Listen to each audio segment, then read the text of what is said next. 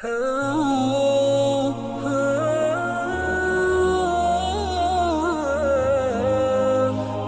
پھر میں نے یہ بھی دیکھا ہے کہ بڑے بڑے خیر والے لوگ تھے لیکن صحبت بری مل گئی، لوگ نہیں ٹھیک مل سکے، مشیر نہیں ٹھیک مل سکے، معاونین نہیں ٹھیک مل سکے، رستے میں رہ گئے۔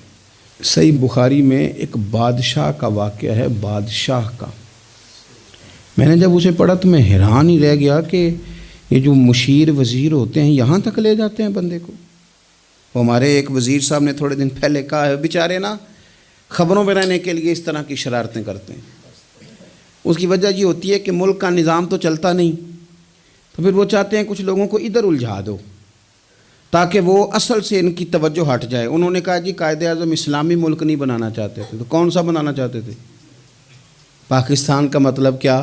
لا الہ الا اللہ محمد رسول اللہ صلی اللہ علیہ وسلم۔ میں آپ کے جواب میں صرف اتنی بات کہوں گا کہ جو پاکستان بنانے والے تھے نا، وہ آپ کی طرح کے لوگ نہیں بنانا چاہتے تھے، آپ کی طرح کے لوگوں کے حوالے نہیں کرنا چاہتے۔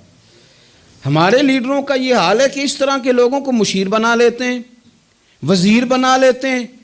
یہ کتنی رکاوٹ پیدا کرتے ہیں، کتنی تباہی کرتے ہیں۔ دیکھیے بخاری میں موجود ہے، ہرقل بادشاہ نے حضرت ابو سفیان رضی اللہ تعالیٰ عنہ، جو اس وقت ابھی کلمہ نہیں پڑھتے تھے، ان کو بلا کے نبی پاک علیہ السلام کے بارے میں ساری باتیں پوچھی۔ ایک ایک بات اس نے حضور کے بارے میں پوچھی، اور آخر میں یہ بھی پوچھا کہ کیا انہوں نے معاذ اللہ کبھی جھوٹ بولا ہے؟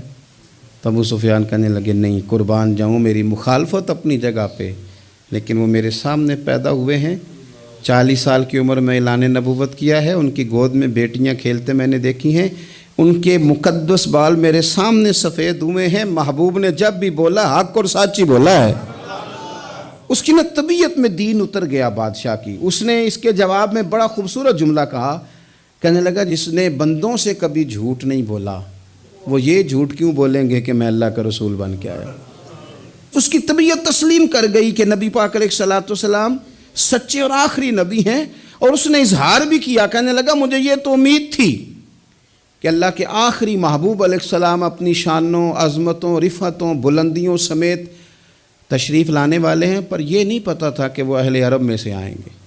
اس نے کہا میں جلدی سے حاضر ہو کے نا حضور کی اطاعت قبول کرتا ہوں۔ لیکن بادشاہ تھا نا، بڑا آدمی جو ہوتا ہے نا، وہ اپنے ماحول کو ذرا تھوڑا ساتھ لے کے چلنا چاہتا ہے۔ تو بادشاہ نے بھی نا اپنے جتنے اس کے وزیر مشیر تھے ان کو بلایا اور اپنے محل میں دعوت دی۔ ذرا انداز دیکھیے گا، اور خود بالا خانے کے اوپر چڑھ گیا، دروازے بند کر لیے، اور اوپر چڑھ کے نا انہیں بالا خانے سے جھانک کے کہنے لگا تمہیں بھی پتہ چل گیا، مجھے بھی پتہ چل گیا، اللہ کے آخری رسول تشریف لے آئے صلی اللہ تعالی علیہ وسلم۔ اب میرا خیال ہے کہ ہماری اور تمہاری بہتری اور بقا اسی میں ہے کہ ہم بیٹھے نہ رہیں، جلدی سے جا کے محبوب پاک کے دامن کو تھام لیں، حضور کی فرما برداری قبول کر لیں۔ اب جب بادشاہ نے یہ بات کی تو وہ جو وزیر تھے، مشیر تھے، ان کی حالت اتنی خطرناک ہو گئی کہ وہ تو دروازوں کی طرف دوڑے کہ کھولیں گے اور نوچ لیں گے بادشاہ کو، یہ کیا کہہ رہا ہے معاذ اللہ۔ اس قدر زیادہ ان لوگوں نے اظہار کیا استغفر اللہ معاذ اللہ دین سے دوری کا۔ جب بادشاہ نے یہ کیفیت دیکھی نا، اوہو، بندے دیکھ کے رب رسول سے دور رہ گیا۔ کہنے لگا نہیں نہیں بھائی، نہیں، میں تو صرف تمہیں آزما ہی رہا تھا کہ تم اپنے دین کے ساتھ کتنے پختہ ہو۔ ہم نہیں کہیں بھی جا رہے، ہم یہیں رہیں گے، یہی ہمارا دین رہے گا۔ ان وزیروں نے، مشیروں نے، دوستوں نے، قریبی لوگوں نے رسول اللہ کی غلامی میں نہیں آنے دیا۔ اتنا برا اثر کرتے ہیں یہ مشیر وزیر، اتنا خوفناک حال کر دیتے ہیں انسان کا قریب رہنے والے لوگ کہ سامنے کرم کا دریا بہہ رہا تھا، لیکن اس کی بدقسمتی دیکھو، وہ دور اس لیے رہ گیا کہ اس کے دوست ٹھیک نہیں تھے، مشورہ دینے والے ٹھیک نہیں تھے، قریب رہنے والے ٹھیک نہیں، یہ دور رہ گیا۔ اور نجاشی کلمہ پڑھ کے محبوب کا مسلمان ہو گیا۔